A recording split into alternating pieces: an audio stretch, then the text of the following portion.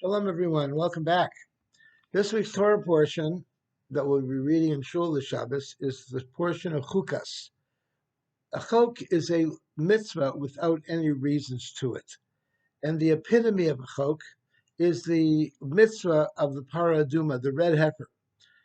The way it worked was if a person became ritually impure by touching a dead body, for example, they would wait a certain period of time and then they would have to be sprinkled with the ashes mixed with water of a purely red cow. And this cow could have no more than one hair that was not red. In other words, if it had two hairs that were not red, it was disqualified as a red heifer. And there were only about 9 of these cows in existence throughout history. It was a miraculous event. And exactly how it worked, well, we really don't know. In fact, King Solomon himself said in Kohelet, in the book of Ecclesiastes, and I quote, "All the Torah's commandments I have comprehended, but the chapter of the red heifer, though I have examined, questioned, and searched, I thought to be wise in it, but it is distant from me." He couldn't figure it out. King Solomon, the wisest of all men, could not figure out what is the reason for this. So ultimately, as Rashi says, the people of the world would say, what is the meaning for it?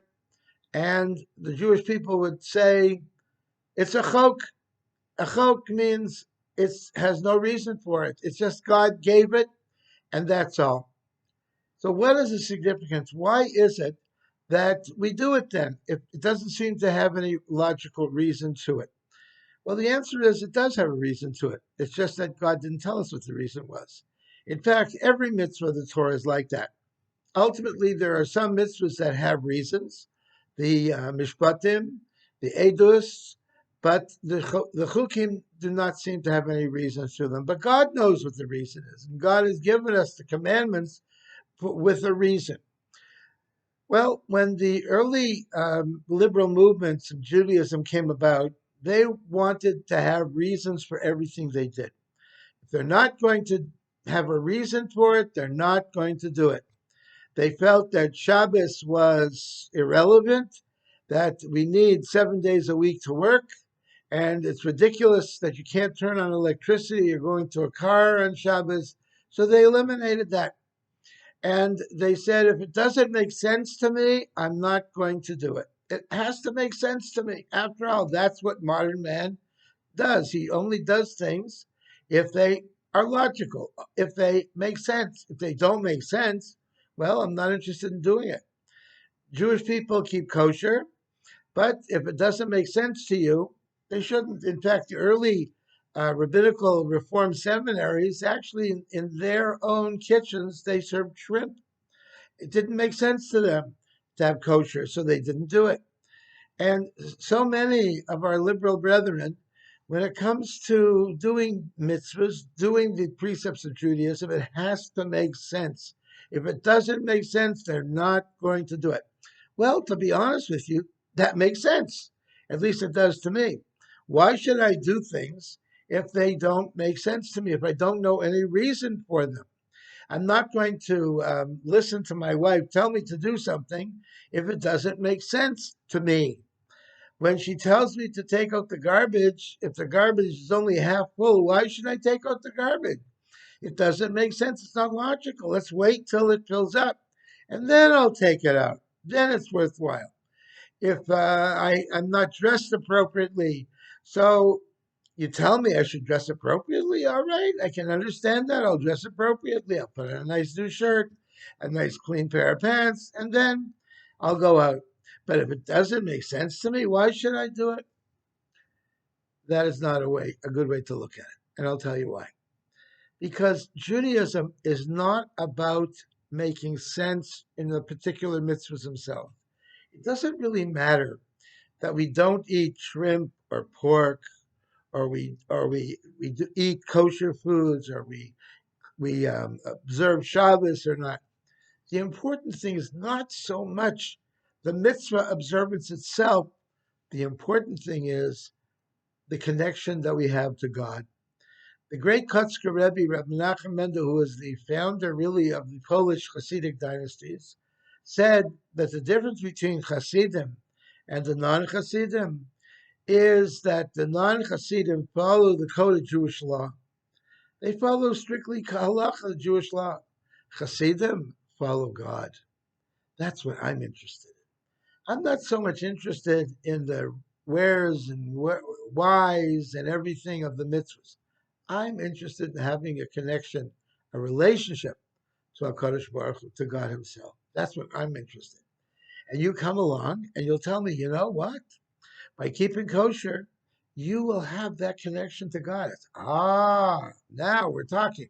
That's what I'm interested in. I'm not interested that kosher food will prevent me from getting trigonosis, or Shabbos will help me replenish my batteries and I'll be able to work it.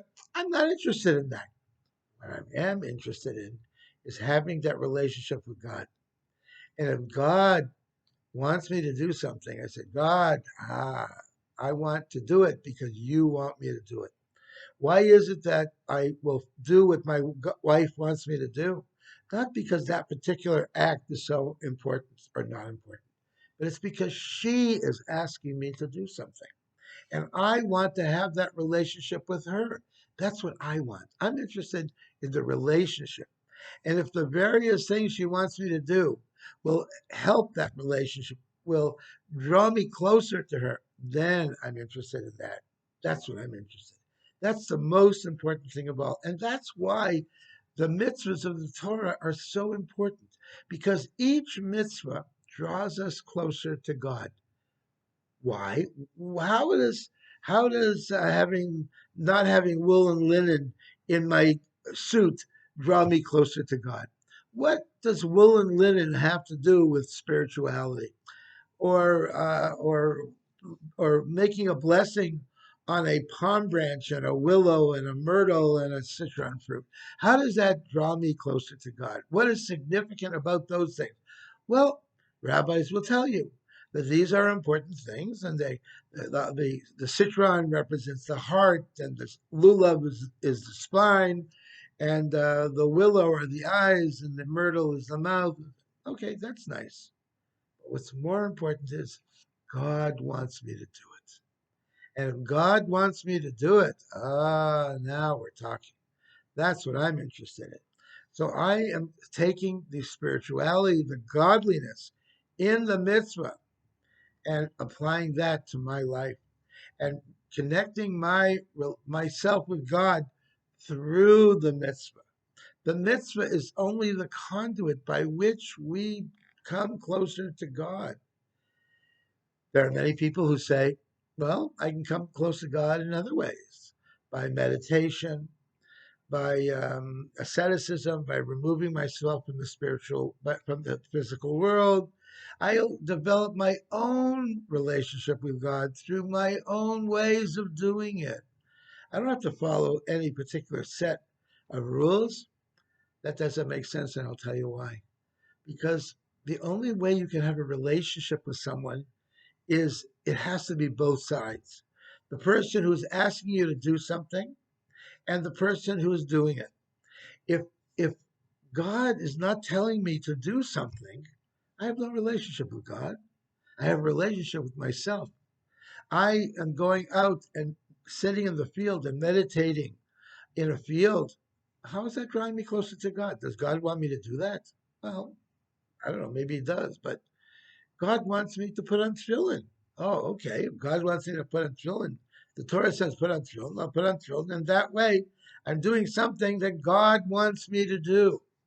If God doesn't want me to do something, where's my relationship? How am I going to how am I going to make a relationship with God if God is not wanting me to do something?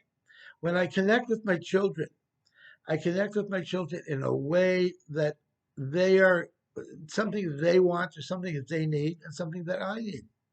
If I'm asking them to do something and they say to me, Dad, why should I do it? I say, because it's important to me. It's important for me for you to do that particular thing. I want you to go to sleep because it's important to me. Just do it. Just do it because I want you to do it.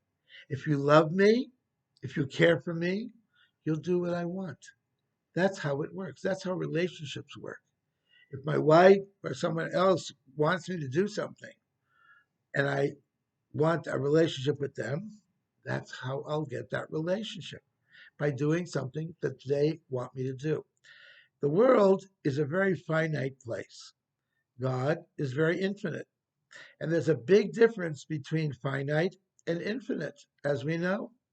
And how is it possible for a finite creature like us to connect with an infinite creature like God? How can we do that?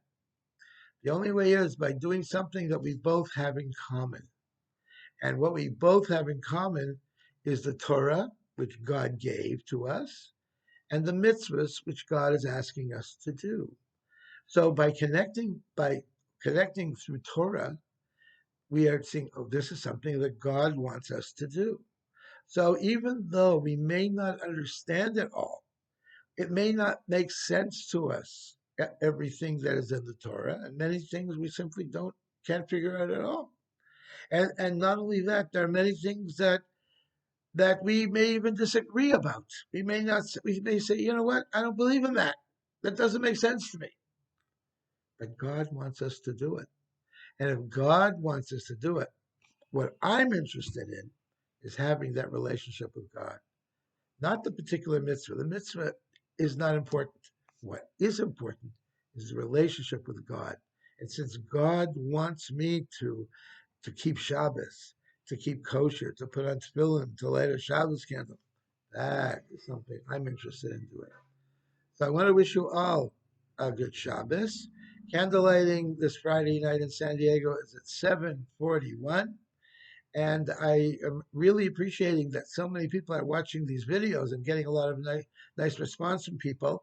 Let me know what you think and some of your views about this in the comments section after the video. I love hearing them, and I will respond to you. I promise I'll respond to you as long as they're not off the wall.